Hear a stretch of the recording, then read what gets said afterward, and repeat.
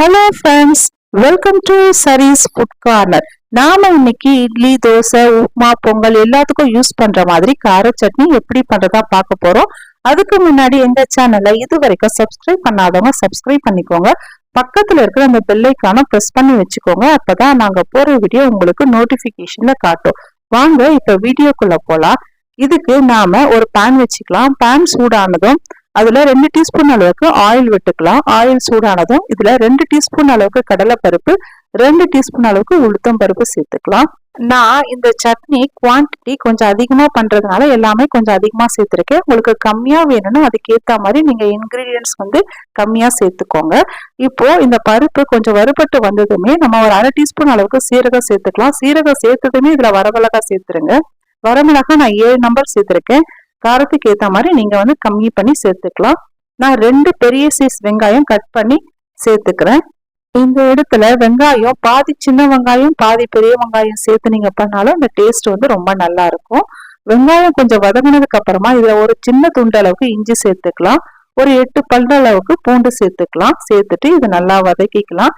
இப்போ ஒரு கொஞ்சம் கருவேப்பிலையும் சேர்த்துக்கலாம். சேர்த்துட்டு வெங்காயம் நல்லா வதங்கட்டும், நல்லா வதக்கிக்கலாம். இந்த மாதிரி வெங்காயம் வதங்கினதுக்கு அப்புறமா 2 பெரிய சைஸ் அளவுக்கு தக்காளி சேர்த்துக்கலாம்.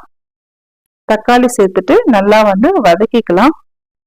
கார சட்னி நிறைய விதமா பண்ணலாம். இதுல சேர்த்திருக்கிற அந்த இஞ்சி, பூண்டு, சீரகம் ஒரு டிஃப்ரெண்டான ஒரு டேஸ்ட் கொடுக்கும்.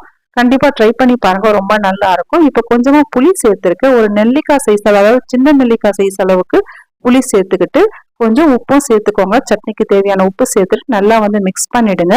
இப்போ வெங்காயம், தக்காளி எல்லாமே நல்லா வெந்துருச்சு. இதை உப்பு சேர்த்துருக்கனால ஜஸ்ட் மிக்ஸ் பண்ணிட்டு ஸ்டவ் ஆஃப் ஆயிட வேண்டியதுதான். அவ்வளவுதான், ஸ்டவ் ஆஃப் பண்ணியாச்சு. இப்ப நல்லா ஆறுனதுக்கு அப்புறமா இப்போ மிக்ஸி ஜார்ல மாத்திக்கலாம். எல்லாமே இந்த மாதிரி மாத்திக்கிட்டு இதை நம்ம ஃபைன் பேஸ்டா அரைச்சிக்கலாம். பாருங்க, இந்த மாதிரி அரைச்சி எடுத்துக்கோங்க.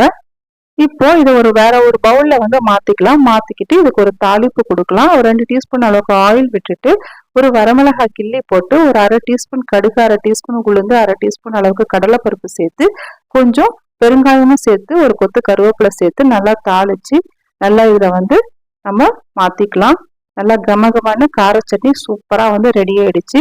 ரொம்பவே நல்லா இருக்கும். இது இட்லி, தோசைக்கெல்லாம் கண்டிப்பா உங்க வீட்டுல ட்ரை பண்ணி பாருங்க. ட்ரை பண்ணி பார்த்துட்டு எப்படி இருக்குன்னு எனக்கு கமெண்ட்ல மறக்காம சொல்லுங்க. இந்த வீடியோ உங்களுக்கு பிடிச்சிருந்தா எங்க சேனலை நீங்க மறக்காம லைக் பண்ணுங்க, ஷேர் பண்ணுங்க, சப்ஸ்கிரைப் பண்ணுங்க. இதே மாதிரி வேற ஒரு வீடியோல பாக்குறேன். நன்றி, வணக்கம்.